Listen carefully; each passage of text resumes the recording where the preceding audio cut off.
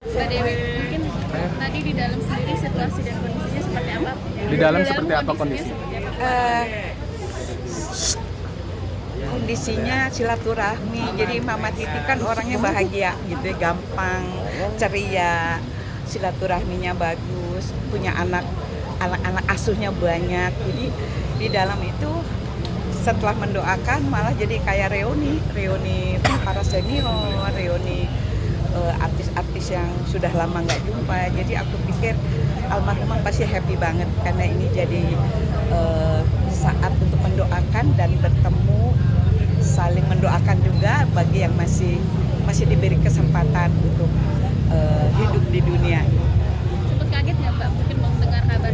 Jadi sebetulnya kan sudah lama. Jadi terakhir itu aku merayakan ulang tahun Eyang Titi Puspa itu November yang lalu. Kami datang itu memang hanya terbatas, jadi kayak bergiliran gitu. Jadi saya bersyukur banget dapat kesempatan untuk mendoakan Eyang Titi di ulang tahunnya. Kemudian beliau juga ngedoain saya. Jadi itu yang terakhir, dan waktu sakit bersamaan dengan ayahnya anak-anak. Jadi saya ngasuh cucu gitu kan. Jadi saya pikir ini Allah sudah memberikan hal yang luar biasa. Mama Titi itu berkaryanya mungkin lebih dari 7 dekade. Dan beliau adalah salah satu guru kehidupan saya dalam meniti karir maupun bagaimana memposisikan diri sebagai pekerja seni yang bermartabat. Jadi Oma Titi itu banyak memberikan masukan kepada saya bahwa menjadi seseorang itu kalau kita mau belajarlah. Jadi saya itu disuruh terus belajar dari apapun, suruh banyak baca buku. Itu Oma Titi pesannya itu. Karena dulu kan saya termasuk muridnya dari umur 9 tahun dan diajak mulai main film usia 12 tahun. Film sebagai figuran sebetulnya, tapi figuran yang lama gitu sebagai pemeran anak-anak. Baru diberi kesempatan lagi tahun 80 sebagai pemeran utama di mana Mama Titi sebagai ibu saya.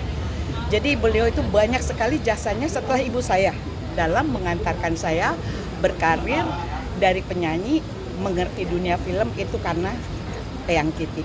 Melihat sosok Eyang yang merangkul semua kalangan sendiri seperti apa? Melihat sosok Eyang yang merangkul semua kalangan sendiri. Wah, Masya Allah. Bayangkan saya itu lahir di Cirebon, penyanyi cilik dari Cirebon, tapi Eyang Titi mau merangkul saya setelah saya menjadi juara pop singer penyanyi cilik terbaik se-Jawa Barat untuk menjadi anggota Papiko. Padahal kan Papiko itu persatuan artis penyanyi ibu kota.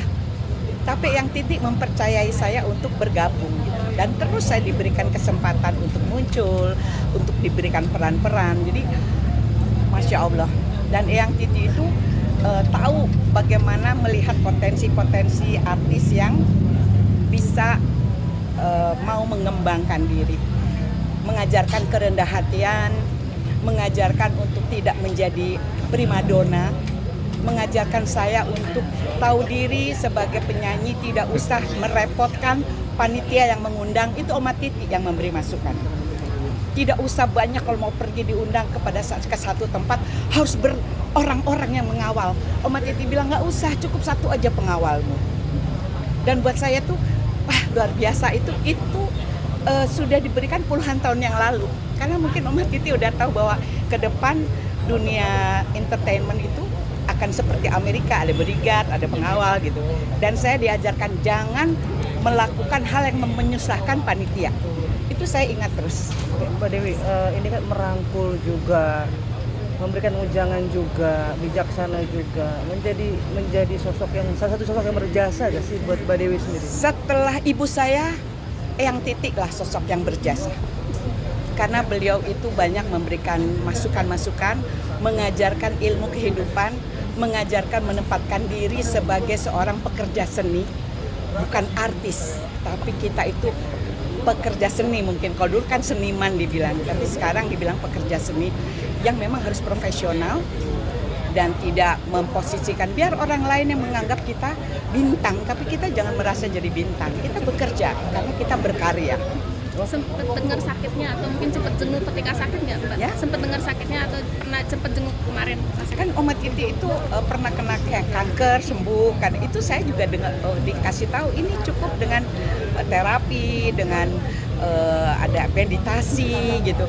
Kemudian sebetulnya saya tidak terlalu rutin ketemu terus, tapi ada event-event, ada momen-momen yang alhamdulillah Allah memberikan kesempatan di ulang tahun beliau. Jadi 2 tahun berturut-turut terakhir, alhamdulillah saya masih bisa ketemu, masih bisa menyanyikan karya beliau. Karena ada satu album lagunya Tante Titi yang saya cover.